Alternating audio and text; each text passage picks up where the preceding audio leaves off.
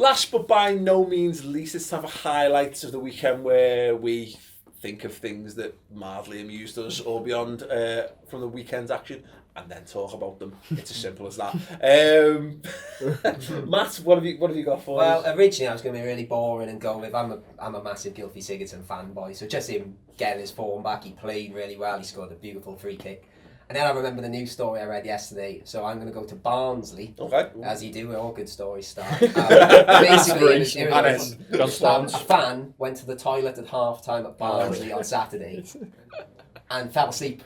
And he woke up 7 hours later, like 10:30 at night, and apparently if you walk up the toilet to Barnsley when there's no one there, it triggers an alarm. Amazing. So the fire brigade turned up there, and they sort of, they didn't know what was going on because it's just alarm had triggered. So they turned up, and they could just see this man on top of a porta cabin shouting, "Help! Help!" When they got in there, he'd lost his shoes. He'd lost his hat and he lost his phone, but apparently he was really concerned that he'd lost his hat. So he couldn't phone anyone, so he was stuck in Oakwell for 7 hours. So It must feel like that for most Barnsley fans every single week, I guess. But he lost as well, so he didn't miss much. So can you imagine coming home to your missus, like opening the door and be like, right, I don't know what happened, but I'm here and I'm alive. Where are your shoes? Where's your hat?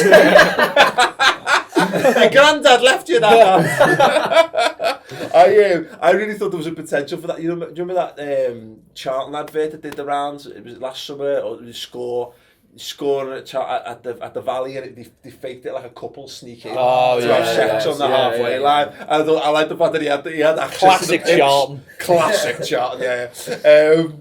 They had it. Yeah, I love the idea that they could have given the opportunity. Imagine all the floodlights come on, and he's just in the middle of the pitch, trousers on his ankles, enjoying himself a bit too much. Well, I was impressed that Barnsley have the security system. Because they got the budget. He was stuck otherwise. He was, he's sleeping on. I don't know. He could have some pie or something, I guess, to keep him going. I love the idea of what you think the North is like. It's like, we don't have alarm systems up north. No, it's not about the North. It's more South Yorkshire than anything else. To be fair, I'm an adopted Northerner now, so I understand how it works now. Yeah. That is a pretty good Most one. Northerners are adopted. James, you got a pick? Yes, mine one was obviously the PA announcement in Bournemouth in the Vitality. Just all of a sudden, if they weren't down enough, they got knocked down one peg more at the 85th minute of the PA announcement saying, men against boys, and obviously a lot of expletives and stuff like that. What? You heard about it? Basically, what happened is a journalist took a microphone from his bag and he turned it on to interview fans outside the game, and it was on the same radio frequency as the PA system at Bournemouth. So obviously he was talking to his mate, obviously with the microphone, and he was like, "Oh yeah, it's men against boys. They were and all this and bleep, yeah, absolutely. And he went over the PA system, and can you just imagine Bournemouth fans sitting there like, "Oh, this is terrible," and then hearing that over the What God. What makes it funny is that Bournemouth said they're going to be launching an inquiry. He left the mic on. What do you need there? Yeah. What kind of inquiry do you need? Chilcott. I think we've pretty much just done it. Yeah. You want to take that? We'll send you the link over. Yeah. There's your inquiry. Stop leaving mics on. Maybe make your frequencies, protect your frequencies. Just encrypt it. Sorted, lads. Don't worry. Yeah, maybe just use 2 pot noodle cans and some string. I don't know. They're in the Premier League now. That was last year. They're not Barnsley. You've had Max Gradle be injured, Callum Wilson, Tyrone Mings. I can just imagine all of them on the south coast really enjoying their lives, and then just Bournemouth is this just really depressing part of their lives. I'm not asked at all toys anyway. So. Go ahead. What was your pick? Well, I've got one, but that just led to me another one. Arsenal. Dickheads there. What's summed up? You can swear, I'm going to swear. We're talking about Tanoy announcements. Some arse clown at Arsenal said that the last train to London was cancelled. Yeah. And all the Arsenal fans laughed. Sitting in your £90 seat, you tit. And it wasn't cancelled. And Virgin were like, this train wasn't cancelled and never was cancelled. Wow. So people have to bail out the ground. So people were like, right, we need to get there, and that caused loads of trouble because you imagine like, 3,000 Scousers all running towards the Euston Station. You can imagine, you can imagine the trouble that caused. Putting shutters down and all that. Imagine that. Yeah. Imagine the Just got like the London Marathon. Yeah, you can imagine the tube. Imagine the tube. Everyone jumping on. So I imagine it's kind of like the studied Passover. You know what I mean? Like they painting stuff on the doors and closing them. Like, you can imagine how many pubs were like, we were expecting all these Scousers to come in for a pint. So that could, but that wasn't me original. My proper one was the sending off of Colaccini. Yeah.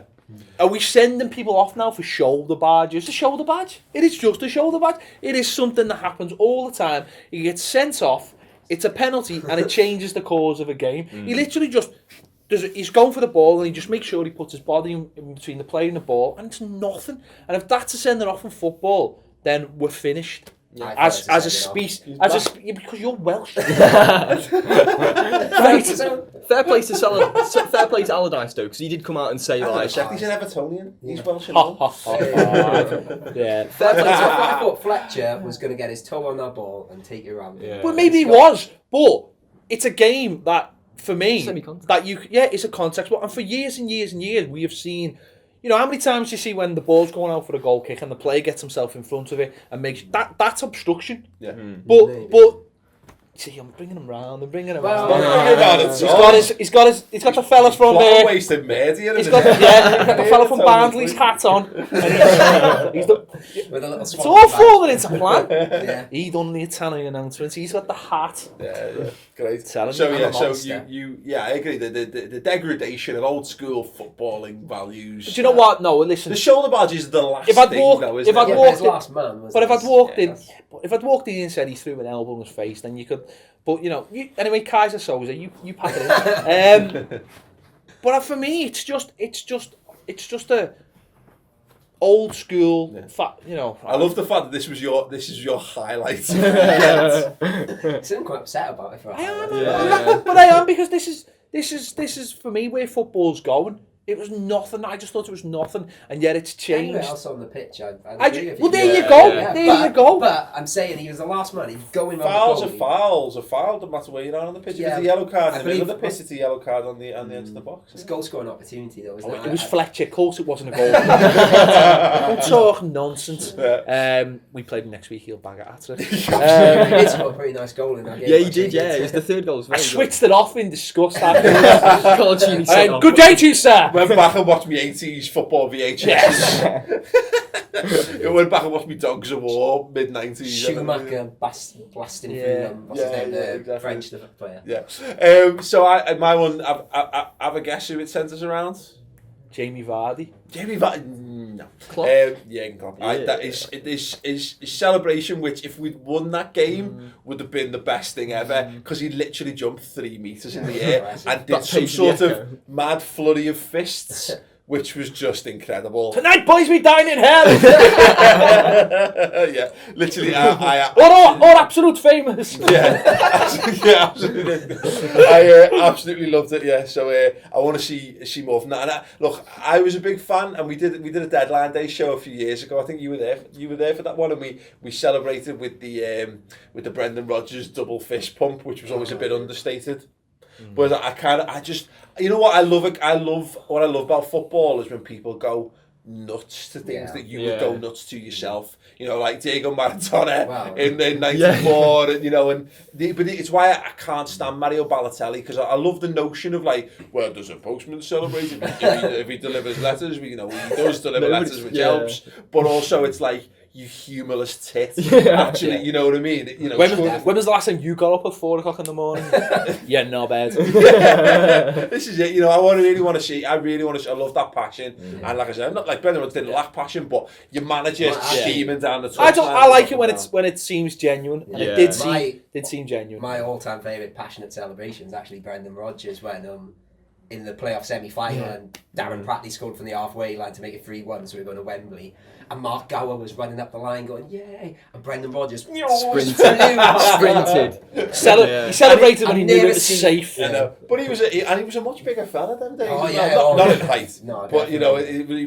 he was shared double the quite a man he lot, is yeah. today. Like so, yeah. So there you go. Let us know what your highlights of the weekend were in the comments below. What brought a smile to your face with any particular vines or pictures or blog posts or just.